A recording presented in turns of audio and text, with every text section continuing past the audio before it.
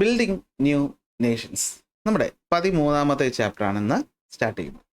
ആദ്യത്തെ ക്ലാസ്സിൽ നമ്മൾ പഠിക്കാൻ പോകുന്നത് അമേരിക്കൻ റവല്യൂഷനെ പറ്റിയാണ്. ഈ ഒരു ചാപ്റ്റർ ഫുള്ള് നമ്മൾ നോക്കുകയാണെങ്കിൽ അമേരിക്കൻ റവല്യൂഷൻ ഉണ്ട്, റഷ്യൻ റവല്യൂഷൻ ഉണ്ട്, ചൈനീസ് റവല്യൂഷൻ പോലെയുള്ള കാര്യങ്ങളാണ് നമുക്ക് കൂടുതലായിട്ട് പഠിക്കാനായിട്ടുള്ളത്. അപ്പോൾ നമുക്കധികം പരിചയമുള്ള ഒരു കാര്യമല്ല. അപ്പോൾ ഇന്ന് ഞാൻ പറഞ്ഞല്ലോ നമ്മൾ പഠിക്കാൻ പോകുന്നത് എന്താണ്, അമേരിക്കൻ റവല്യൂഷനാണ്. ഇവിടെ കണ്ടോ, ഡിക്ലറേഷൻ ഓഫ് ഇൻഡിപെൻഡൻസ്, ഇത് അമേരിക്കൻ റവല്യൂഷൻ്റെ ഭാഗമായിട്ട് നടന്നൊരു സംഭവമാണ്. അപ്പോൾ എന്താണ് അമേരിക്കൻ റവല്യൂഷൻ എന്നും മറ്റു കാര്യങ്ങളൊക്കെ പറയുന്നതിന് മുന്നേ ആയിട്ട് ഞാൻ ഈ കാര്യങ്ങളൊക്കെ ഒരു കഥ പോലെ ആദ്യം എന്ത് ചെയ്യാം ഒന്ന് പറഞ്ഞുതരാം. നമ്മളൊരു രീതി അങ്ങനെയാണല്ലോ. ഈ കഥ കേട്ടതിന് ശേഷം നമുക്ക് എന്ത് ചെയ്യാം, ടെക്സ്റ്റ് ബുക്കിലോട്ട് പോയിട്ട് ആ പോയിന്റുകളൊക്കെ ഒന്ന് വിശദീകരിച്ച് പഠിക്കാം. അപ്പോൾ എന്താണ് അമേരിക്കൻ റവല്യൂഷൻ, അമേരിക്കയിൽ എന്തിനാണ് റവല്യൂഷൻ ഉണ്ടാകേണ്ടി വന്നത്? അപ്പോൾ അതിനൊക്കെ കാരണം നമ്മൾ തുടങ്ങുമ്പോൾ ആദ്യം ആരാണ് ഈ അമേരിക്കക്കാരെന്ന് അറിയണം. അമേരിക്കയിൽ നമ്മൾ ഇന്ന് കാണുന്ന ഈ സായിപ്പന്മാരെന്ന് പറയുന്നത് സത്യത്തിൽ ഇവിടെ ഉള്ളവരല്ല, നേറ്റീവായിട്ടുള്ള അമേരിക്കൻസ് അല്ല. നമ്മുടെ ഇംഗ്ലണ്ട് എന്ന് പറയുന്ന രാജ്യം നിങ്ങൾക്ക് എല്ലാവർക്കും അറിയാം അല്ലെ, നമ്മൾ മുന്നത്തെ ക്ലാസ്സുകളൊക്കെ പഠിച്ചതാണ്. ഈ ഇംഗ്ലണ്ടിൽ നിന്ന് പണ്ട് ഏതാണ്ട് ഒരു 1620 വർഷം, ഓക്കെ, 1620 എന്ന് പറയുന്ന വർഷത്തിൽ ഇംഗ്ലണ്ടിൽ കുറച്ച് പ്രശ്നങ്ങളുണ്ടായി. പ്രശ്നങ്ങൾ എന്താണെന്ന് വെച്ച് കഴിഞ്ഞാൽ, ഈ ക്രിസ്തു മതത്തിൽ വിശ്വസിക്കുന്ന ആൾക്കാരാണ് ഇംഗ്ലണ്ടിലുള്ളവരെന്ന് നിങ്ങൾക്കറിയാം. അപ്പോൾ ഈ ക്രിസ്ത്യൻസിനിടയിൽ ചെറിയൊരു പ്രശ്നം ഉണ്ടായി. അതായത് രണ്ട് വിഭാഗങ്ങൾ അവിടെ ഉണ്ടായി എന്ന് വേണമെങ്കിൽ പറയാം. അതായത് ഒന്നെന്ന് പറഞ്ഞു കഴിഞ്ഞാൽ ചർച്ച് ഓഫ് ഇംഗ്ലണ്ടും മറ്റൊന്നെന്താണ് പ്യൂരിറ്റൻസ് എന്ന് പറയും. ഈ പ്യൂരിറ്റൻസ് എന്ന് പറഞ്ഞ ആൾക്കാർ ഇത് ഉദ്ദേശിക്കുന്നത് വേറൊന്നുമല്ല, ഈ മതത്തിനകത്ത് തന്നെ മതത്തിനെ കുറച്ചുകൂടി പ്യുവറാക്കി മാറ്റണം, അതായത് ആഡംബരങ്ങളൊക്കെ ഒഴിവാക്കണം, ബൈബിളിനോട്ട് കൂടുതൽ എന്താണ് നമ്മൾ ബൈബിളിൽ പറയുന്ന കറക്റ്റ് ഫോളോ ചെയ്ത് പോകണമെന്നൊക്കെ പറയുന്ന കുറച്ച് ഗ്രൂപ്പ് ഓഫ് ആൾക്കാരാണ് എന്തെന്ന് പറയുന്നത് പ്യൂരിറ്റൻസ് എന്ന് പറയുന്ന ആൾക്കാർ. അപ്പോൾ ഈ പ്യൂരിറ്റൻസ് വിഭാഗത്തിൽപ്പെടുന്നവർക്ക് ഇംഗ്ലണ്ടിൽ അന്ന് അത്ര നല്ല സമയമായിരുന്നില്ല. രാജാവും മറ്റുള്ളവരും ഒക്കെ ഈ പറഞ്ഞ എന്താണ് ചർച്ച് ഓഫ് ഇംഗ്ലണ്ടുമായിട്ട് എന്താണ് പൊരുത്തപ്പെട്ട് പോകുന്നവരായിരുന്നു. അപ്പോൾ അവർക്ക് അവിടെ ഇഷ്ടപ്പെട്ടില്ല, മതപരമായിട്ട് നിൽക്കാൻ ബുദ്ധിമുട്ടുള്ളതുകൊണ്ട് അവർ ആ രാജ്യത്ത് നിന്ന് മാറാനായിട്ട് തീരുമാനിച്ചു. ആദ്യം തൊട്ടടുത്തുള്ള ഹോളണ്ടിലോട്ടൊക്കെ പോകുന്നു. പക്ഷെ അവിടെ തൊഴിലും കാര്യങ്ങളൊക്കെ കിട്ടാൻ ബുദ്ധിമുട്ടായപ്പോൾ അവരെന്ത് ചെയ്തെന്ന് വെച്ചാൽ അവർ മറ്റേതെങ്കിലും ഒരു കരയിലേക്ക് പോകാമെന്ന് കരുതി. അങ്ങനെ അവരെന്ത് ചെയ്തു, അമേരിക്കയിലോട്ട് പോകാമെന്ന് തീരുമാനിച്ചു. അങ്ങനെ മെയ് ഫ്ലവർ എന്ന് പറയുന്ന ഒരു കപ്പൽ, ഈ കാണുന്നതാണ് എന്തെന്ന് പറയുന്നത് മെയ് ഫ്ലവർ എന്ന് പറയുന്ന ഒരു കപ്പൽ. ഈ കപ്പലിൽ 1620 പ്ലിമൗത്ത് എന്ന് പറയുന്ന സ്ഥലം, ഈ പ്ലൈമൗത്ത് എന്ന് പറയുന്ന സത്യത്തിൽ ഇംഗ്ലണ്ടിൻ്റെ സ്ഥലമാണ്, അതേ ഒരു കോളനിയും അമേരിക്കയിലും ഉണ്ട്. എന്നാലും പ്ലൈമൗത്ത് എന്ന് പറയുന്ന സ്ഥലത്ത് നിന്ന് അവരെന്ത് ചെയ്യുന്നു, തിരിക്കുന്നു. ഈ തിരിക്കുന്ന ആൾക്കാരെ നമ്മൾ വിളിക്കുന്ന പേരാണ് pilgrim fathers. Okay, pilgrim fathers അല്ലെങ്കിൽ തീർത്ഥാടക പിതാക്കന്മാർ എന്ന് നമ്മൾ പറയും. പിലിഗ്രിം ഫാദേഴ്സ് എന്ന് പറയുന്ന ഒരു ഗ്രൂപ്പ് ഓഫ് ആൾക്കാർ ഒന്ന് രണ്ട് കപ്പലിൽ എന്ത് ചെയ്യുന്നു, ഒരു കപ്പലിൽ എന്ത് ചെയ്യുന്നു, അവിടുന്ന് യാത്ര തിരിക്കുന്നു 1620. അവർ കടലിലൂടെ യാത്ര ചെയ്ത് അവരെന്ത് ചെയ്യുന്നു, അമേരിക്കയിലെ ഒരു സ്ഥലത്തെത്തുന്നു. ഇന്നത്തെ മസാച്യൂസെറ്റ്സ് എന്ന് പറയുന്ന ഒരു സ്ഥലത്ത് അവരെന്ത് ചെയ്യുന്നു, പുതിയൊരു കോളനി ആരംഭിക്കുന്നു. കോളനിക്ക് പേരെന്ത് തന്നെ കൊടുത്തു, പ്ലൈമൗത്ത് എന്ന് തന്നെ കൊടുത്തു. പ്ലൈമൗത്ത് എന്നാണ് ഉച്ചരിക്കുന്നതെന്ന് തോന്നുന്നു. അപ്പം അങ്ങനെ എന്ത് ചെയ്തു, ഇംഗ്ലണ്ടിൽ മതപരമായിട്ടുള്ള പ്രശ്നങ്ങൾ കാരണം പ്യൂരിറ്റൻസ് വിഭാഗത്തിൽപ്പെടുന്ന ഒരു ഗ്രൂപ്പ് ഓഫ് ആൾക്കാർ 1620 അവിടെ നിന്ന് മെയ് ഫ്ലവർ എന്ന കപ്പലിൽ കയറിയിട്ട് അമേരിക്കയിലോട്ട് വന്നിട്ട് അവരവിടെ ഒരു കോളനി സ്ഥാപിക്കുന്നു. കോളനിയുടെ പേരാണ് പ്ലൈമൗത്ത്. എവിടെയാണ്, മസാച്യൂസെറ്റ്സ് എന്ന് പറയുന്ന സ്ഥലത്താണ്. പിന്നീട് ഇവരുമായിട്ടനുബന്ധിച്ച് വീണ്ടും ആൾക്കാർ എന്ത് ചെയ്യാൻ തുടങ്ങി, ഇംഗ്ലണ്ടിൽ നിന്ന് ഇങ്ങോട്ട് വരാൻ തുടങ്ങി. അങ്ങനെ ആദ്യത്തെ കോളനി പ്ലിമൗത്തായി. അങ്ങനെ പിന്നീട് അങ്ങോട്ട് മൊത്തം 13 കോളനികൾ എന്ത് ചെയ്യുന്നു, ഇവരിവിടെ സ്ഥാപിക്കുന്നു. ഒരറ്റത്തായിട്ട് ഈ കടലിൻ്റെ ഈ ഒരു ഭാഗത്തായിട്ട് ഇങ്ങനെ 13 കോളനികൾ എന്ത് ചെയ്യുന്നു, സ്ഥാപിക്കുന്നു. ഈ കോളനിയിലുള്ളവർ കൃഷി ഇംഗ്ലണ്ടിൽ നിന്ന് വന്നവരല്ലേ, അപ്പോൾ അവിടെ ചെയ്ത പോലെ തന്നെ കൃഷിയും കാര്യങ്ങളൊക്കെ ചെയ്യുന്നു. പക്ഷെ ശ്രദ്ധിക്കണം, അവർ ഇംഗ്ലണ്ടിനായിട്ട് പിണങ്ങിയിട്ടൊന്നും അല്ല വന്നത്. അവിടുത്തെ മതപരമായ പ്രശ്നങ്ങൾ കൊണ്ട് അവിടെ നിൽക്കാൻ ഇഷ്ടമില്ലാത്തതുകൊണ്ട് വന്നതേ ഉള്ളൂ. അതായത് ഇപ്പോഴും അവരെന്താണ്, അവർ സ്വയം ഇംഗ്ലണ്ടുകാരെന്ന് തന്നെയാണ് വിശ്വസിക്കുന്നത്. അപ്പോൾ അവർ ഇംഗ്ലണ്ട് രാജാവ് അവിടുത്തെ നിയമങ്ങളും കാര്യങ്ങളൊക്കെ അനുസരിച്ച് തന്നെയാണ് പോകുന്നത്. അങ്ങനെ ഈ പറഞ്ഞ കോളനികൾ കണ്ടല്ലോ, പൊറ്റിയടിക്ക് 13 കോളനികളോളം വന്നു, നിറച്ച് ആൾക്കാർ വന്നു, ഇവിടെ നല്ല സമൃദ്ധമായിട്ട് ജീവിക്കുന്ന കണ്ടപ്പോഴത്തേക്കും രാജാവ് എന്ത് ചെയ്യാൻ തുടങ്ങി, ഇവിടെ നിന്ന് നികുതി വേണമല്ലോ. അപ്പോൾ നികുതി പിരിക്കാൻ വേണ്ടിയിട്ട് ഗവർണർമാരെ എന്ത് ചെയ്തു, നിയോഗിച്ചു. അപ്പോൾ ഈ ഗവർണർമാർ എന്ത് ചെയ്തു എന്ന് വെച്ച് കഴിഞ്ഞാൽ ഇവിടെ വന്നിട്ട് മറ്റു രാജ്യങ്ങളിലൊക്കെ അവർ ചെയ്യുന്ന പോലെ അവരെ നികുതി പിരിക്കാനായിട്ട് തുടങ്ങി.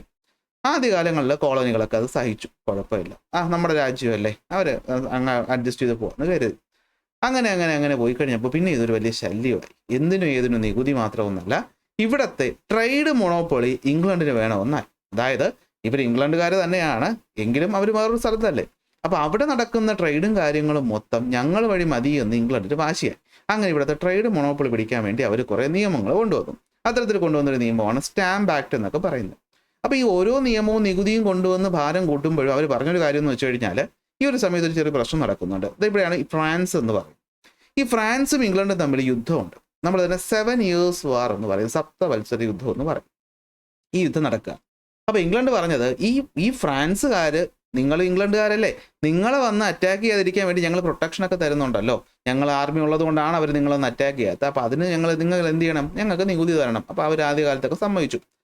കുറച്ച് കഴിഞ്ഞപ്പോൾ സപ്തവത്സര യുദ്ധമൊക്കെ അവസാനിക്കുന്നു, അങ്ങനെ കാര്യങ്ങളൊക്കെ മുന്നോട്ട് പോകുന്നു. അപ്പോഴും നികുതിക്ക് മാറ്റമൊന്നുമില്ല. അപ്പോൾ നോർമലി എന്ത് സംഭവിക്കും?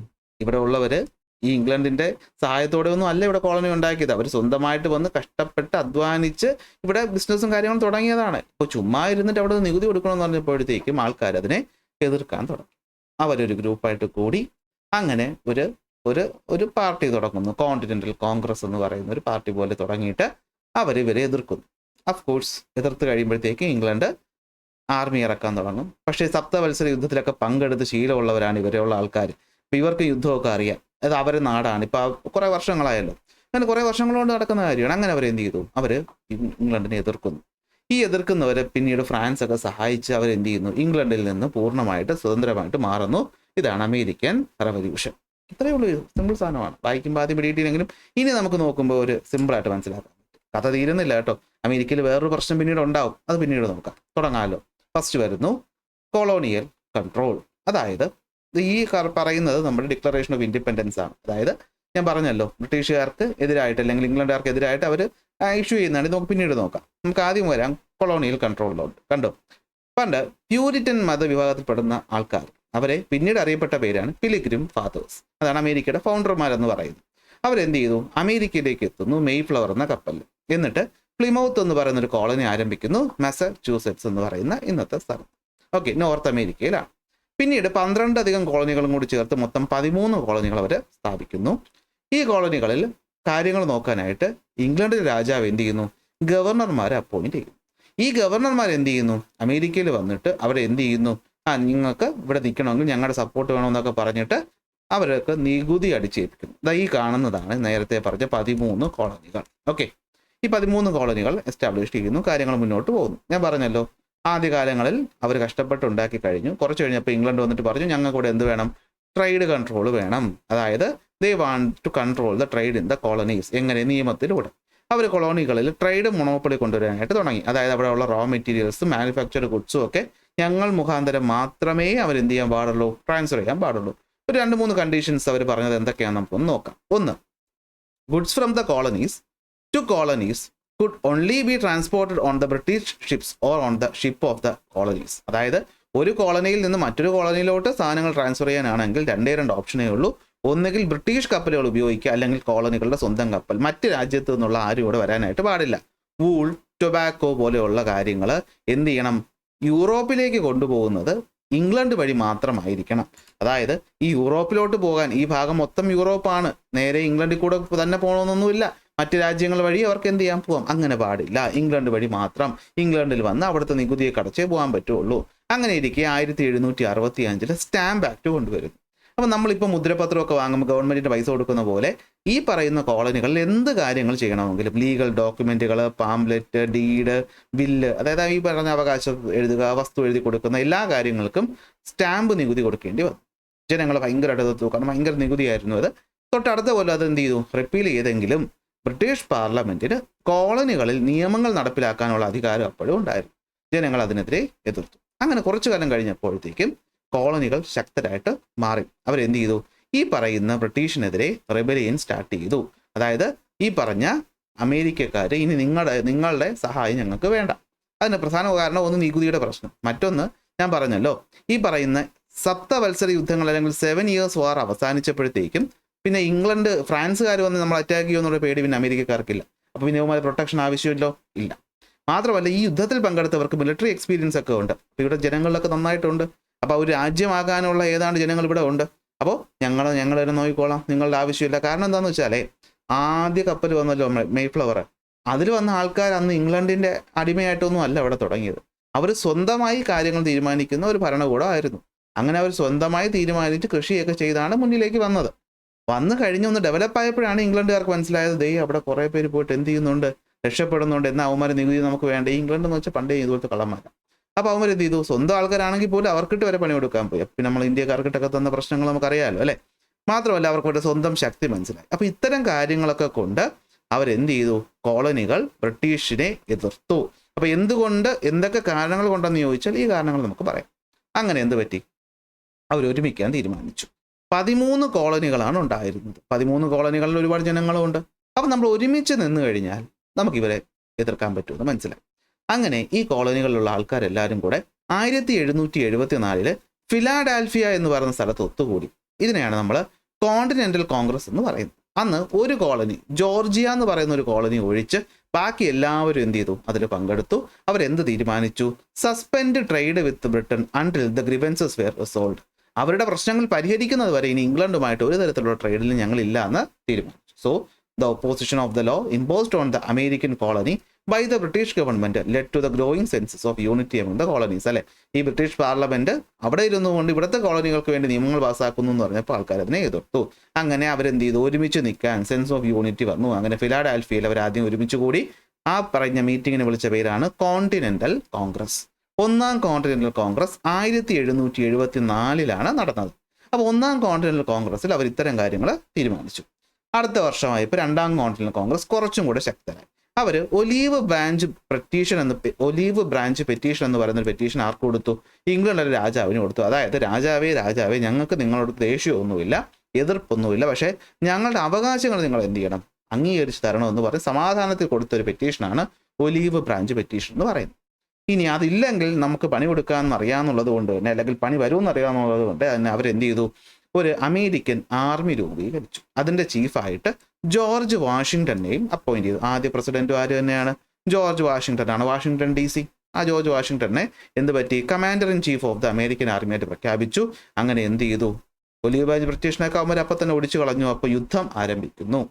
തൊട്ടടുത്ത കൊല്ലം അവരെന്ത് ചെയ്യുന്നു? ഡിക്ലറേഷൻ ഓഫ് ഇൻഡിപെൻഡൻസ് ഇഷ്യൂ ചെയ്യുന്നു. അതായത് ഞങ്ങൾ ഇനി മുതൽ സ്വതന്ത്രരാണെന്ന് ഈ കോളനികളെല്ലാം ചേർന്ന് തീരുമാനിച്ചു. തോമസ് ജെഫേഴ്സൺ ആണ് ഇത് എഴുതി തയ്യാറാക്കിയത്. അതിനാണ് നമ്മൾ ഈ ചാപ്റ്റർ തുടങ്ങിയ സമയത്ത് എവിടെ കണ്ടത്? ഈ ഭാഗത്ത് കണ്ടോ? In Congress July 4, 1776 a declaration by the representatives of the United States of America in general Congress assembled എന്ന് പറഞ്ഞിട്ട് അവർ ഈ പറഞ്ഞ കാര്യങ്ങൾ പറഞ്ഞു. അതായത് എല്ലാ മനുഷ്യരും തുല്യരാണ്, എല്ലാവർക്കും അവരുടേതായ അവകാശങ്ങളുണ്ടെന്നൊക്കെ ഉള്ള കാര്യങ്ങൾ തീരുമാനിക്കുന്നു. അവർ അങ്ങനെ അമേരിക്ക എന്നൊരു രാജ്യം പ്രഖ്യാപിക്കുന്നു. യുണൈറ്റഡ് സ്റ്റേറ്റ്സ് ഓഫ് അമേരിക്ക അങ്ങനെ രൂപീകരിക്കുന്നു. ഇംഗ്ലണ്ട് ചുമ്മാ ഇരുന്നൊന്നുമില്ല, അവരെന്ത് ചെയ്തു? യുദ്ധം ചെയ്തു. അങ്ങനെ യുദ്ധം കടുത്തു. 1775 തുടങ്ങിയ യുദ്ധം 1781 ആയപ്പോഴത്തേക്കും എന്ത് പറ്റി? ഏതാണ്ട് അവസാനിച്ചു. ജോർജ് വാഷിങ്ടൺ എന്ത് ചെയ്തു? കോൺവാലിസ് പ്രഭു ഇംഗ്ലണ്ടുകാരൻ ചീഫാണ്. അവരെന്ത് ചെയ്യുന്നു? യോർക്ക് ടൗൺ എന്ന് പറയുന്ന സ്ഥലത്ത് വെച്ച് പരാജയപ്പെടുത്തുന്നതോടുകൂടി എന്ത് പറ്റുന്നു? അമേരിക്ക സ്വതന്ത്രമായിട്ട് മാറുന്നു. 2 കൊല്ലം കഴിഞ്ഞ് 1783 ട്രീറ്റി ഓഫ് പാരീസിലൂടെ 13 കോളനികളും എന്ത് ചെയ്തു? ബ്രിട്ടീഷിൽ നിന്ന് ഇൻഡിപെൻഡൻ്റ് ആയിട്ട് മാറി. നമ്മുടെ ഇന്ത്യയിൽ ഇൻഡിപെൻഡൻസ് സ്ട്രഗിളുകൾ നടന്നിട്ട് അവസാനം 47 ഓഗസ്റ്റ് 15 ഇൻഡിപെൻഡൻ്റ് ആവുന്നത്. അതുപോലെ 81 യുദ്ധം തോറ്റെങ്കിലും അടുത്ത 2 വർഷം കഴിഞ്ഞ് 83 പാരീസ് ട്രീറ്റി ഒപ്പിട്ടതോടുകൂടി പൂർണ്ണമായും അമേരിക്കൻ കോളനികൾ എന്ത് ചെയ്തു? ലിബറേറ്റ് ആകും. ഇതാണ് സംഭവം. ഓക്കെ, ഇനി ഇതിനകത്ത് ജനങ്ങളെ ഇൻഫ്ലുവൻസ് ചെയ്ത ഫിലോസഫർമാരുണ്ട്. ഓക്കെ, ജെയിംസ് ഓട്ടിസ് എന്താ പറഞ്ഞത്? No taxation without representation. അല്ലെ, ഈ ഇംഗ്ലണ്ട് പാർലമെന്റ് നമുക്ക് വേണ്ടി നിയമം ഉണ്ടാക്കുന്നുണ്ടെങ്കിൽ നമ്മുടെ റെപ്രസെൻറ്റേറ്റീവ്സ് പാർലമെന്റിൽ വേണം. പക്ഷെ അങ്ങനെ ഉണ്ടോ? ഇല്ല. എന്നാ പിന്നെ എന്താണ്? റെപ്രസെൻറ്റേറ്റീവ്സ് ഇല്ലെങ്കിൽ ഞങ്ങൾ ടാക്സ് കൊടുക്കാനും റെഡിയല്ല. No taxation without representation. അതുപോലെ തോമസ് പെയിൻ പറഞ്ഞ എന്താണ്? It is prudent for the Americans to separate from England. അതായത് അമേരിക്കക്കാർ ഇംഗ്ലണ്ടിൽ നിന്ന് സെപ്പറേറ്റ് ആവുന്നത് യുക്തിപരമായിട്ടുള്ളൊരു തീരുമാനം ആണ്.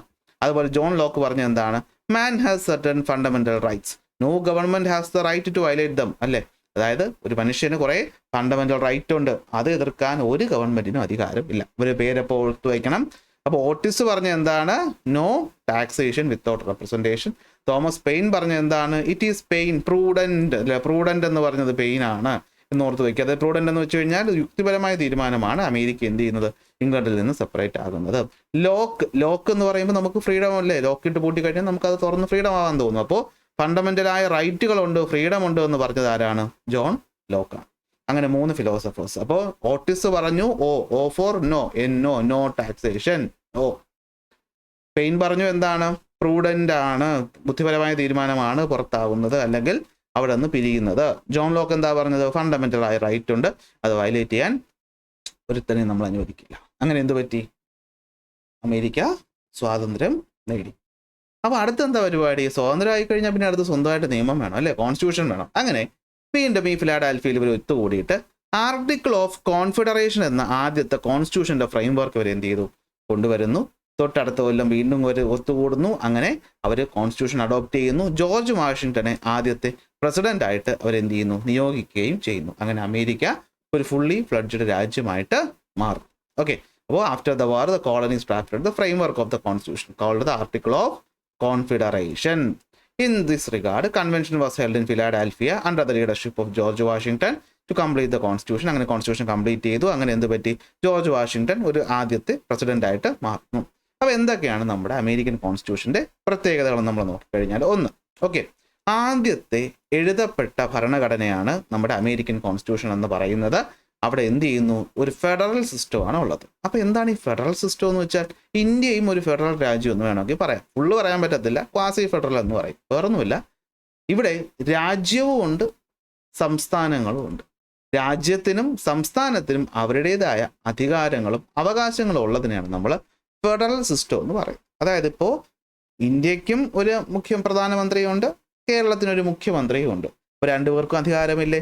ഇന്ത്യ ഗവൺമെൻറ്റും ഉണ്ട്, കേരള ഗവൺമെൻറ്റും ഉണ്ട്. അതുപോലെ ഈ പറയുന്ന കോളനികൾക്കും ഒരു ഗവൺമെൻറ് ഉണ്ട്, കോളനികൾ ചേർന്ന് രാജ്യത്തിന് ഒരു ഗവൺമെൻറ് ഉണ്ട്. മറ്റ് ഫീച്ചേഴ്സ് നമുക്ക് നോക്കാം. അപ്പോൾ ഒന്ന്, ഒരു ഫെഡറൽ സിസ്റ്റം ഉണ്ട്. രണ്ട്, ഏറ്റവും സ്മോളസ്റ്റ് ആയിട്ടുള്ള റിട്ടൺ കോൺസ്റ്റിറ്റ്യൂഷനാണ് അമേരിക്കൻ കോൺസ്റ്റിറ്റ്യൂഷൻ എന്ന് പറയുന്നത്. ലോകത്തിപ്പോൾ ഏറ്റവും വലുതിലൊന്ന് നമ്മുടെ ഇന്ത്യയുടെ. സെൻട്രൽ ഗവൺമെൻറ്റിന് എന്തുണ്ട്, അധികാരങ്ങളുണ്ട്. പ്രധാനമായിട്ട് കേന്ദ്ര ഗവൺമെൻറ് അധികാരങ്ങൾ പോകുന്നത് ഫോറിൻ അഫയേഴ്സ് ആണ്. മറ്റ് രാജ്യങ്ങളുമായി ബന്ധപ്പെട്ട കാര്യം, യുദ്ധം, ഇന്റർസ്റ്റേറ്റ് ട്രേഡ്, കറൻസി, ഇത്തരം കാര്യങ്ങളുടെ അധികാരം മൊത്തം ആർക്കാണ്? നമ്മുടെ ട്രംപ് ഗവൺമെൻറ് ആയിട്ടുള്ള അമേരിക്ക മെയിൻ ഗവൺമെൻറ്റിന്. എന്നാൽ മറ്റ് സ്റ്റേറ്റുകളുടെ കാര്യം നോക്കുന്നത് ആരാണ്? അത് സ്റ്റേറ്റ് ഗവൺമെൻറ്റാണ്. ഈ പറയുന്ന സ്റ്റേറ്റ് ഗവൺമെൻറ്റിന് എന്തുണ്ട്? സെൻട്രൽ ഗവൺമെൻറ് റെപ്രസെൻറ്റേറ്റീവ്സ് ഉണ്ട്. നമ്മൾ ഇവിടുന്ന് MLA-മാരെ അടുത്ത് അയക്കുന്നത് പോലെ, ഓക്കെ, MLA അല്ല MP-മാരെ അയക്കുന്നത് പോലെ. അടുത്ത് 3 വിഭാഗത്തിലായിട്ട് ഗവൺമെൻറ് ഡിവൈഡ് ചെയ്തിട്ടുണ്ട്. അതായത് ഒന്ന് കോൺഗ്രസ്, പ്രസിഡന്റ്, ജുഡീഷ്യറി. നമ്മൾ പാർലമെന്റ്, അതുപോലെ തന്നെ ഏതാണ് എക്സിക്യൂട്ടീവ്, ജുഡീഷ്യറി പറയുന്ന പോലെ. കോൺഗ്രസ് എന്ന് പറയുന്നതാണ് അവിടുത്തെ പാർലമെന്ററി സിസ്റ്റം എന്ന് പറയുന്നത്. പ്രസിഡന്റ് ആണ് അവിടുത്തെ എക്സിക്യൂട്ടീവ് ഹെഡ്. ജുഡീഷ്യറി എന്ന് പറയുന്നത് എന്താണ്? നിയമനിർമ്മാണം. 3നും അതിൻ്റെതായ അധികാരങ്ങളൊക്കെ കൊടുത്തിട്ട്. അപ്പോൾ ഇതാണ് എന്ത്, അമേരിക്കയുടെ കോൺസ്റ്റിറ്റ്യൂഷന്റെ പ്രത്യേകത. തീരുന്നോ? ഇല്ല. അപ്പോൾ American constitution, American war of independence. അപ്പോൾ അമേരിക്ക എന്നാ ഇൻഡിപെൻഡന്റ് ആയത്? 1776 ജൂലൈ 4. വർഷം മറന്നുപോയത് വളരെ വളരെ ഇമ്പോർട്ടൻ്റ് ആണ്. അപ്പോൾ ഇതിനുശേഷം ഒരുപാട് ഈ പറഞ്ഞ ഇംഗ്ലണ്ട് കോളനികളിലും അവർക്ക് സ്വാതന്ത്ര്യത്തിന് വേണ്ടി പോരാടാനുള്ള ഒരു പ്രചോദനമായിട്ടിത് മാറി. അതായത് the growth achieved by the United States in the economic, industrial and education, scientific and technological field after the revolution helped the nation that had fought for its independence grow in to a major world power. ഇതെന്ത് ചെയ്തു? Significant ആയിട്ട് രാജ്യത്തുള്ള മറ്റ് രാജ്യങ്ങൾക്കും contribute ചെയ്തു. എന്തൊക്കെയാണ് contribute ചെയ്തതെന്ന് പറഞ്ഞു കഴിഞ്ഞാൽ, ഓക്കെ, ഒന്ന്, it gave energy to anti colonial struggle around the world. അല്ലേ? അപ്പോൾ എതിർത്താൽ ഇവന്മാരാര്, ഈ ഇംഗ്ലണ്ടുകാർ എതിർത്താൽ അപ്പം ഭയക്കും, അവർ തോക്കുമെന്ന് ഒരു പാഠം മറ്റുള്ളവർക്ക് മനസ്സിലാവും. അപ്പോൾ അവർക്കും എന്ത് പറ്റി? അവർക്ക് എനർജി കിട്ടി. എന്തിനാണ്? Anti colonial. കൊളോണിയൽ എന്ന് വെച്ചാൽ കോളനിവൽക്കരണം, ഇംഗ്ലണ്ട് നടത്തുന്ന പരിപാടി. അതിനെതിരെ പോരാടാനുള്ള ഒരു ഊർജ്ജം കിട്ടി. ആദ്യത്തെ റിട്ടൺ കോൺസ്റ്റിറ്റ്യൂഷൻ നിലവിൽ വന്നു. അപ്പം മറ്റ് രാജ്യങ്ങൾക്കും ഇവന്മാരെ പിടിച്ച് പുറത്താക്കി സ്വന്തമായി കോൺസ്റ്റിറ്റ്യൂഷൻ ഉണ്ടാക്കാമെന്നുള്ളൊരു കോൺഫിഡൻസ് കിട്ടി. Contributed the concept of federal government to the world. അല്ലെ, ആദ്യമായിട്ട് അപ്പോൾ ഒരുമിച്ച് നമുക്ക് നിൽക്കാൻ പറ്റും. അതായത് ഓരോ നാട്ടുരാജ്യങ്ങൾ ചേർന്നപ്പോൾ ഒരു രാജ്യമാകാം എന്നൊരു ഐഡിയ അവർക്ക് കിട്ടി. കാരണം അന്ന് എന്തായിരുന്നു? അന്ന് ഈ രാജ്യങ്ങളെന്ന് പറഞ്ഞില്ലല്ലോ. അപ്പോൾ ഇന്ത്യ എന്ന് പറഞ്ഞാൽ എന്താണ്? ഇന്ത്യ എന്ന് പറഞ്ഞാൽ ഒരുപാട് നാട്ടുരാജ്യങ്ങളുടെ കൂട്ടമായിരുന്നു. ഒരു ഉദാഹരണം നിങ്ങൾക്ക് മനസ്സിലാവാൻ വേണ്ടി പറയുന്ന. അപ്പോൾ ആ നാട്ടുരാജ്യങ്ങളെ കൂട്ടിയാണ് നമ്മൾ 47 ഇന്ത്യ ഉണ്ടാക്കിയത്. അതുപോലെ ചെയ്യാമെന്ന് നമുക്ക് ഐഡിയ എവിടെ നിന്നാണ് കിട്ടിയത്? അമേരിക്കയിൽ നിന്നാണ്. അപ്പോൾ അതാണ് ഉദ്ദേശിക്കുന്നത്. Contributed the idea of modern Republican government. ഇതുപോലെ റിപ്പബ്ലിക്കൻ ഗവൺമെൻറ്, അതായത് സ്വന്തമായി ഭരണഘടനയുള്ള, സ്വന്തമായി നിയമം നിർമ്മിച്ചിട്ടുള്ള ഒരു ഗവൺമെൻറ് ഫോം ചെയ്യാനുള്ള ഐഡിയയും കിട്ടി. അപ്പോൾ ഇത് ഭയങ്കര ഇമ്പോർട്ടൻറ്റ് ചോദ്യമാണ്. The relevance of American war of independence എന്ന് ചോദിച്ചാൽ നിങ്ങൾ ഈ 4 പോയിന്റ് പറയണം. ഒന്ന്, ആൻറ്റി കൊളോണിയൽ സ്ട്രഗിൾ നടത്താൻ ശക്തി കൊടുത്തു. എഴുതപ്പെട്ട കോൺസ്റ്റിറ്റ്യൂഷൻ വന്നു. റിപ്പബ്ലിക്കൻ ഗവൺമെൻറ് വന്നു. അതുപോലെ തന്നെ ഫെഡറൽ സിസ്റ്റവും വന്നു. അപ്പോൾ 4 വാക്കാണ് important. Anti colonial, written, federal, republic. 4 കാര്യങ്ങൾ ഇതുമായി ബന്ധപ്പെട്ട് വന്നു. അങ്ങനെ അമേരിക്ക ശക്തരായി മുന്നോട്ട് പോയിക്കൊണ്ടിരിക്കുകയായിരുന്നു. അപ്പോൾ ദേ കിടക്കുന്നു, പുതിയൊരു പ്രശ്നം ഉണ്ടാവും. ആ പ്രശ്നം കൂടെ നോക്കിയാലോ, വേറൊന്നുമല്ല, അമേരിക്കയിലെ സിവിൽ വാർ. അതായത് അമേരിക്ക എന്ന് പറയുമ്പോൾ നമുക്കറിയാമല്ലോ, ഈ നോർത്ത് അമേരിക്ക എന്ന് പറയുന്ന സാധനമുണ്ട്. Okay, North America South America ഭൂഖണ്ഡങ്ങളല്ല പറയുന്നത്. നോർത്ത് അമേരിക്ക, ഈ അമേരിക്കയുടെ നോർത്ത് അമേരിക്ക, നമ്മളെ USA കാനഡയും ഒക്കെ അതുപോലെ ഈ പറഞ്ഞ ഭാഗങ്ങൾ വരുന്ന സ്ഥലം, അത് നമുക്ക് രണ്ടായിട്ട് തിരിക്കാം. ഒന്ന് ഈ പറയുന്ന നോർത്തേൺ ഏരിയ, മറ്റൊന്ന് എന്താണ് സദേൺ ഏരിയ. അത് നമുക്ക് നോർത്തേൺ സ്റ്റേറ്റ് എന്നും സദേൺ സ്റ്റേറ്റ് എന്നും വിളിക്കാം. അപ്പോൾ എന്താ പറ്റിയെന്ന് വെച്ചാൽ ഈ നോർത്തേൺ സ്റ്റേറ്റുകൾ എന്ന് പറയുന്നത് ഇൻഡസ്ട്രികൾക്ക് ഇമ്പോർട്ടൻസ് കൊടുത്തതും സദേൺ സ്റ്റേറ്റ് എന്ന് പറയുന്നത് അഗ്രികൾച്ചറിന് ഇമ്പോർട്ടൻസ് കൊടുത്ത സംഭവമായിരുന്നു. ഇത് സൗത്ത് അമേരിക്ക എന്ന് വിചാരിക്കല്ലേ, നോർത്ത് അമേരിക്ക തന്നെയാണ്. അങ്ങനെ കാര്യങ്ങൾ മുന്നോട്ട് പോയിക്കൊണ്ടിരിക്കുന്ന സമയത്ത് എന്താ പറ്റിയെന്ന് വെച്ച് കഴിഞ്ഞാൽ ഈ നോർത്തേൺ സ്റ്റേറ്റുകൾ അത്യാവശ്യം നല്ല രീതിയിൽ ഡെവലപ്പായി, സദേൺ സ്റ്റേറ്റുകൾ കൃഷി ചെയ്ത് മുന്നോട്ട് പോയിക്കൊണ്ടിരിക്കുകയാണ്. അങ്ങനെ ഇരിക്കെ ഈ പറഞ്ഞ അമേരിക്കയിൽ അന്ന് നിന്നിരുന്ന ഒരു അവസ്ഥയാണ് സ്ലേവറി. ഓക്കെ, അടിമത്തം. ഓക്കെ, അടിമകളെ ഈ മറ്റ് രാജ്യങ്ങളിൽ നിന്ന് ഇങ്ങോട്ട് കൊണ്ടുവരായിരുന്നു. ഏതാണ്ട് 19ാം നൂറ്റാണ്ട് വരെ ഇത് കണ്ടിന്യൂ ചെയ്തുകൊണ്ടിരുന്നു. അങ്ങനെ ചെയ്തപ്പോൾ ഈ നോർത്തേൺ സ്റ്റേറ്റുകാർക്ക് തോന്നി അത് തെറ്റല്ലേ, ഒരു മനുഷ്യൻ മറ്റൊരു മനുഷ്യനെ അടിമയാക്കി വെക്കുന്നതൊക്കെ ശരിയായിട്ടുള്ള പരിപാടിയാണോ? അല്ല, അപ്പോൾ നമുക്കത് നിരോധിക്കണം, അടിമത്തത്തെ നിരോധിക്കാൻ തീരുമാനിച്ചു. അപ്പോൾ ദേ ഒന്ന് പ്രശ്നം. അപ്പോൾ സദേൺ സ്റ്റേറ്റ് പറഞ്ഞു അതെങ്ങനെ ശരിയാവും, ഞങ്ങളുടെ കൃഷിയിടത്ത് മൊത്തം ഈ അടിമകളാണ് പണിയെടുക്കുന്നത്. അപ്പോൾ നിങ്ങൾ ഒരു ദിവസം അങ്ങ് അടിമത്തം നിഷേധിച്ചു കഴിഞ്ഞാൽ എന്താണ്, അത് ഞങ്ങൾ ഇവിടെ എന്ത് ചെയ്യും? മാത്രമല്ല ഈ അടിമകളൊക്കെ നിങ്ങൾ സ്വതന്ത്രമാക്കി വിട്ടു കഴിഞ്ഞാൽ അവർ ക്രിമിനൽസ് ആണ്, അവർ പ്രശ്നം ഉണ്ടാക്കുമെന്ന് ഇവരെ നിർത്തും. അങ്ങനെ ഇവർ തമ്മിൽ ഒരു പ്രശ്നം തുടങ്ങും. ഈ പ്രശ്നത്തിൻ്റെ ഫലം അവസാനം ഒരു യുദ്ധത്തിൽ തന്നെ ചെന്ന് കലാശിക്കും. അതിനെയാണ് നമ്മൾ അമേരിക്കൻ സിവിൽ വാർ എന്ന് വിളിക്കുന്നത്. ഇതാ കണ്ടു, if slavery is not wrong then nothing is wrong പറഞ്ഞത് ആരാണ്? Abraham Lincoln. അവസാനം ഇതിൻ്റെ പേര് തന്നെ അബ്രഹാം ലിങ്കൻ വെടിവെച്ച് കൊല്ലുകയും ചെയ്യുന്നുണ്ട്. ഓക്കെ, അപ്പോൾ എന്താ പറ്റിയെന്ന് വെച്ച് കഴിഞ്ഞാൽ നമ്മുടെ അമേരിക്കൻ സ്റ്റേറ്റുകൾ, അതായത് നമ്മൾ ഈ പറഞ്ഞ ആദ്യം പറഞ്ഞപ്പോൾ 13, പിന്നെ അത് എന്ത് ചെയ്തു, അത് വളർന്നുള്ളിലൂടെ ഒരുപാട് സ്റ്റേറ്റുകളായിട്ട് മാറി. ആ സ്റ്റേറ്റുകളെ നമുക്ക് രണ്ടായിട്ട് തിരിക്കാൻ പറ്റും. അവർ വ്യത്യസ്തമായിട്ടുള്ള രീതിയിലായിരുന്നു. അതായത് കൃഷിയിലും വിദ്യാഭ്യാസത്തിലും എക്കണോമിക് സെക്ടറിലും വ്യത്യസ്തമായിട്ടുള്ള രണ്ട് ഭാഗങ്ങളായിരുന്നു നോർത്ത് അമേരിക്കൻ സ്റ്റേറ്റുകളും സൗത്ത് അമേരിക്കൻ സ്റ്റേറ്റുകളും. നോർത്ത് അമേരിക്കൻ സ്റ്റേറ്റുകൾ കൂടുതൽ ഇൻഡസ്ട്രിക്കും കൊമേഴ്സിനും ഇമ്പോർട്ടൻസ് കൊടുത്തപ്പോഴത്തേക്ക് സൗത്ത് അമേരിക്കൻ സ്റ്റേറ്റുകൾ കൃഷിക്കാണ് ഇമ്പോർട്ടൻസ് കൊടുത്തത്. കൃഷിയും തോട്ടങ്ങളും പ്ലാന്റേഷൻ. നോർത്ത് അമേരിക്കൻ എന്ന് പറഞ്ഞു കഴിഞ്ഞാൽ എന്താണ്, did not depend on others for industrial product അല്ലേ. അവർ സ്വന്തമായി വ്യാവസായികമായിട്ട് കിടിലങ്ങളായതുകൊണ്ട് അവർക്ക് മറ്റാരുടെയും ആശ്രയിക്കേണ്ട ആവശ്യമില്ല. പക്ഷേ സദേൺ സ്റ്റേറ്റിന് അങ്ങനെയല്ല, ഡിപ്പെൻഡ് ചെയ്യണം. മനസ്സിലാക്കി, എവിടെയെങ്കിലും നമ്മൾ ആരെങ്കിലും ഡിപ്പെൻഡ് ചെയ്യേണ്ടി വന്നാൽ അവർ നമ്മുടെ തലയിൽ കയറും, അത് ഉറപ്പാണ്. ഇവിടെ അത് തന്നെ. അപ്പോൾ നോർത്ത് അമേരിക്കക്കാർക്ക് ഞങ്ങൾ ഇച്ചിരി കിടിലങ്ങൾ, ഞങ്ങൾ ഇച്ചിരി സൂപ്പർ ആൾക്കാർ, മറ്റോ മരിച്ചിട്ട് പോരെന്നൊക്കെ തോന്നി. അങ്ങനെ തോന്നി പ്രശ്നങ്ങൾ നിൽക്കുകയാണ്. North state gave importance to education. Primary education was free and compulsory. എന്നാൽ സൗത്തിൽ education was not given importance, far behind in literacy. അപ്പോൾ എങ്ങനെ പിടികിട്ടിയോ? അപ്പോൾ നോർത്ത് എന്ന് പറയുന്നത് വിദ്യാഭ്യാസം കൊണ്ടും വിവരം കൊണ്ടും വ്യാവസായികപരമായും ഡെവലപ്പായപ്പോൾ സദേൺ ഭാഗങ്ങൾ അത്ര ആയില്ല. അപ്പോൾ ഈ വിദ്യാഭ്യാസം വിവരം വന്നപ്പോഴാണ് മനുഷ്യർ മനസ്സിലായത്, ഒരു മനുഷ്യൻ മറ്റൊരു മനുഷ്യനെ എന്ത് ചെയ്യരുത്, അടിമയാക്കി വയ്ക്കരുത്, നമ്മളവരെ സ്വതന്ത്രരാക്കണം. അപ്പോൾ സ്ലേവറി എന്ത് ചെയ്യുക, അങ്ങോട്ട് അബോളിഷ് ചെയ്യാമെന്ന് തീരുമാനിച്ചു. അതായത് യൂറോപ്യൻ എന്ത് ചെയ്യുമായിരുന്നു, ആഫ്രിക്കയിൽ നിന്ന് ഈ പറഞ്ഞ ഇങ്ങോട്ട് സ്ലേവ്സിനെ കൊണ്ടുവരുമായിരുന്നു. യൂറോപ്യൻസ് എന്ന് പറഞ്ഞാൽ ഈ മൊത്തം ഇപ്പം പണ്ടത്തെ യൂറോപ്യന്മാരാണല്ലോ. അങ്ങനെ എന്ത് പറ്റി, പ്രശ്നങ്ങൾ ഉണ്ടായിക്കൊണ്ടിരുന്നപ്പോൾ നോർത്തേൺ പീപ്പിൾ പറഞ്ഞു ഇത് വേണ്ട, നമുക്കിത് എന്ത് ചെയ്യാം, അബോളിഷ് ചെയ്യാം. ജോൺ വൂൾമാനെ പോലെയുള്ള ആൾക്കാരുടെ നേതൃത്വത്തിൽ അങ്ങനെ 1808 അമേരിക്ക എന്ത് ചെയ്യുന്നു, ഈ പറഞ്ഞ സംഭവം അങ്ങോട്ട് നിരോധിച്ചു. അതായത് അടിമത്തം നിരോധിക്കാനായിട്ട് തീരുമാനിച്ചു. സാധാരണ സ്റ്റേറ്റുകളാണെങ്കിൽ ഇതിനെ എതിർത്തു. അവർ സ്ലേവറിക്ക് ഫേവറബിൾ ആയിരുന്നു. അവർ പറഞ്ഞെന്താണെന്ന് വെച്ച് കഴിഞ്ഞാൽ slavery was necessary for the existence of plantation agriculture അല്ലേ. തോട്ടങ്ങളൊക്കെ മുന്നോട്ട് പോകണമെങ്കിൽ കൃഷിക്ക് വേണം, അപ്പോൾ ഇവർ അടിമകൾ തന്നെ വേണം. അതുപോലെ തന്നെ എന്താണ്, ഇവരെ ഫ്രീ ആക്കി വിട്ടു കഴിഞ്ഞാൽ അത് രാജ്യത്തിനും ഡേഞ്ചറാണ്. പക്ഷേ നോർത്തേൺ സ്റ്റേറ്റുകൾ എന്ത് ചെയ്തു, ശക്തമായിട്ട് എതിർത്തു. ഓക്കെ, അതാണ് എന്താണ് ഈ പറഞ്ഞ കോൺസ്റ്റിറ്റ്യൂഷന് എതിരായിട്ട് മാറി. അതായത് northern state argued that one man keeping other man as his own property was contrary to the ideas of the constitution of the United States. Constitution എഴുതി തയ്യാറാക്കിയിട്ടാണല്ലോ ജോർജ് വാഷിംഗ്ടൺ പ്രസിഡന്റ് ആയത്. അതിൽ എഴുതിയിട്ടുണ്ട് മെൻ ആർ ഫ്രീ. ജോൺ ലോക്കും പറഞ്ഞതല്ലേ. അപ്പോൾ പക്ഷേ ഇവർ ഫ്രീ ആണോ, ഇവർ മനുഷ്യന്മാരല്ലേ. അപ്പോൾ അത് കോൺസ്റ്റിറ്റ്യൂഷൻ തന്നെ എതിരാണ് സ്ലേവറി, അതുകൊണ്ട് നമ്മൾ നിരോധിച്ചേ പറ്റുമെന്ന് പറഞ്ഞു. മാത്രമല്ല ഈ പറഞ്ഞ ലിബറേറ്റർ പോലെയുള്ള പത്രവും അങ്കിൾ സ്റ്റോം ക്യാബിൻ എന്ന് പറയുന്ന ഹാരിയറ്റ് ബീച്ചർ സ്റ്റോവിയുടെ പുസ്തകമൊക്കെ എന്ത് ചെയ്തു, ജനങ്ങൾക്കിടയിൽ സ്ലേവറി ഒരു തെറ്റാണെന്നുള്ള ഒരു ഐഡിയ കൊണ്ടുവന്നു. അങ്ങനെ മൊത്തത്തിൽ സ്ലേവറി നിരോധിക്കാൻ തന്നെ തീരുമാനിച്ചു. അങ്ങനെ ഇരിക്കുന്ന സമയത്ത് എന്ത് പറ്റിയെന്ന് വെച്ച് കഴിഞ്ഞാൽ ഈ പറയുന്ന നമ്മുടെ എബ്രഹാം ലിങ്കൻ എന്ത് ചെയ്തു, റിപ്പബ്ലിക്കൻ പാർട്ടിയുടെ നേതാവാണ്. അദ്ദേഹം എന്ത് ചെയ്യുന്നു, ഇലക്ഷൻ ജയിക്കുന്നു, പ്രസിഡന്റ് ആകും. 1860 അദ്ദേഹം എന്ത് ചെയ്യുന്നു, സ്ലേവറി അങ്ങ് നിരോധിച്ചു. സ്ലേവറി നിയമപരമായി നിരോധിച്ചു. അങ്ങനെ നിരോധിച്ചു കഴിഞ്ഞപ്പോഴത്തേക്കും ഈ സദേൺ സ്റ്റേറ്റുകൾ പറഞ്ഞു നമ്മൾ എന്താണ് ഫെഡറൽ സിസ്റ്റത്തിലാണ് നിൽക്കുന്നത്. അതായത് വേണമെങ്കിൽ ഞങ്ങൾക്ക് എന്ത് ചെയ്യാം, നിങ്ങളുടെ ഈ യുണൈറ്റഡ് സ്റ്റേറ്റ്സ് പരിപാടി വേണ്ട, ഞങ്ങൾ സദേൺ സ്റ്റേറ്റുകൾ പ്രത്യേക ഒരു രാജ്യം ആയിക്കോളാം എന്ന് പറഞ്ഞവർ ദ കോൺഫിഡറേറ്റ് സ്റ്റേറ്റ് എന്ന് പറഞ്ഞിട്ട്, കോൺഫിഡറേറ്റ് സ്റ്റേറ്റ് ഓഫ് അമേരിക്ക എന്ന് പറഞ്ഞിട്ട് അവർ എന്ത് ചെയ്തു, പുതിയൊരു സഖ്യം തുടങ്ങി. പക്ഷേ നോർത്തേൺ സ്റ്റേറ്റ് പറഞ്ഞു അങ്ങനെ ഒന്നും പോയാൽ ഞങ്ങൾ വിടത്തില്ല, ഞങ്ങൾ എന്ത് ചെയ്യും, നിങ്ങളെ അധികാരം കൊണ്ട് പിടിച്ച് നിർത്തും. The northern state questioned the right to leave the union and this led to civil war. അപ്പോൾ എന്ത് പറ്റി, അടിമത്തം നിരോധിച്ചു. സദേൺ സ്റ്റേറ്റ് പറഞ്ഞു എന്നാൽ പിന്നെ നീയൊക്കെ നിരോധിച്ചു, നിങ്ങളുടെ രാജ്യത്ത് നിരോധിച്ചു, ഞങ്ങൾ വേറെ ഗ്രൂപ്പായിട്ട് അങ്ങ് പൊക്കോളാം എന്ന് പറഞ്ഞവർ ദ കോൺഫെഡറേറ്റ്, അപ്പോൾ യുണൈറ്റഡ് സ്റ്റേറ്റ്സ് ഓഫ് അമേരിക്ക മാറി എന്താണ്, the Confederate States of America എന്നായി. ഓക്കെ, അത് സദേൺ ഗ്രൂപ്പ്. അതുപോലെ തന്നെ ഈ പറഞ്ഞ എന്താണ്, യൂണിയൻ സ്റ്റേറ്റ്സ് എന്ന് പറഞ്ഞിട്ട് നോർത്ത് യൂണിയൻ സ്റ്റേറ്റ്സ് എന്ന് അറിയപ്പെട്ടു, നോർത്തിലുള്ളവർ ഇവിടെ ഉള്ളവർ കോൺഫെഡറേറ്റ് സ്റ്റേറ്റ് എന്ന് അറിയപ്പെട്ടു. പ്രശ്നം വശമാണ്.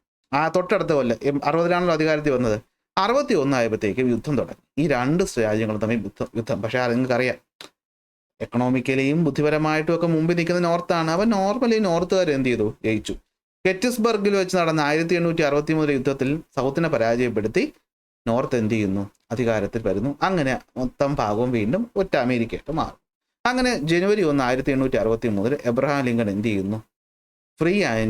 അന്ന് വരെ ഉണ്ടായിരുന്ന എല്ലാ സ്ലേവ്സിനെ എന്ത് ചെയ്തു, ഫ്രീ ആയി. ഇതിനെയാണ് ഇമാൻസിപ്പേഷൻ പ്രൊക്ലമേഷൻ എന്ന് പറയുന്നത്. അപ്പോൾ 1863 ഇമാൻസിപ്പേഷൻ പ്രൊക്ലമേഷനിലൂടെ എന്ത് ചെയ്യുന്നു, ആ നാട്ടിലുണ്ടായിരുന്ന എല്ലാ അടിമകളെയും ഫ്രീ ആക്കി. അത് പറ്റി. അങ്ങനെ എന്ത് പറ്റി, സദേൺ സ്റ്റേറ്റ് ബുദ്ധിമുട്ടുണ്ടായി. ഓഫ് കോഴ്സ് അവർ റിയാക്ട് ചെയ്തു. 2 കൊല്ലം കഴിഞ്ഞിട്ട് എന്ത് ചെയ്തു, 65 ജോൺസ് വിൽക്സ് ബൂത്ത് എന്ന് പറയുന്ന ആൾ നമ്മുടെ എബ്രഹാം ലിങ്കൺ എന്ത് ചെയ്യുന്നു, വെടിവെച്ച് കൊല്ലുകയും ചെയ്യും. അങ്ങനെ അമേരിക്കയിലെ പ്രശ്നങ്ങൾ തീർന്നു. പിന്നെ അമേരിക്ക കൊണ്ട് മറ്റു രാജ്യങ്ങൾക്കുള്ള പ്രശ്നങ്ങളാണ് പിന്നീട് അങ്ങോട്ടുണ്ടായതെന്നാണ് പറയപ്പെടുന്നത്. കോൾഡ് വാറും കാര്യങ്ങളൊക്കെ നമുക്ക് പിന്നീട് പഠിക്കാം. അങ്ങനെ അമേരിക്കയുടെ വിഷയം നമ്മൾ ഒറ്റ ക്ലാസ് കൊണ്ട് തീർത്തു. ഇനി വരുന്ന റഷ്യൻ റവല്യൂഷനാണ്. നമുക്കത് എന്ത് ചെയ്യാം, അടുത്ത ക്ലാസ്സിൽ പഠിക്കും. സോ ക്ലാസ് ഇഷ്ടപ്പെട്ടാൽ ലൈക്ക് ചെയ്യുക, ഷെയർ ചെയ്യുക, സബ്സ്ക്രൈബ് ചെയ്യുക. അടുത്ത ക്ലാസ്സിൽ അടുത്ത ടോപ്പിക്കുമായിട്ട് കാണാം.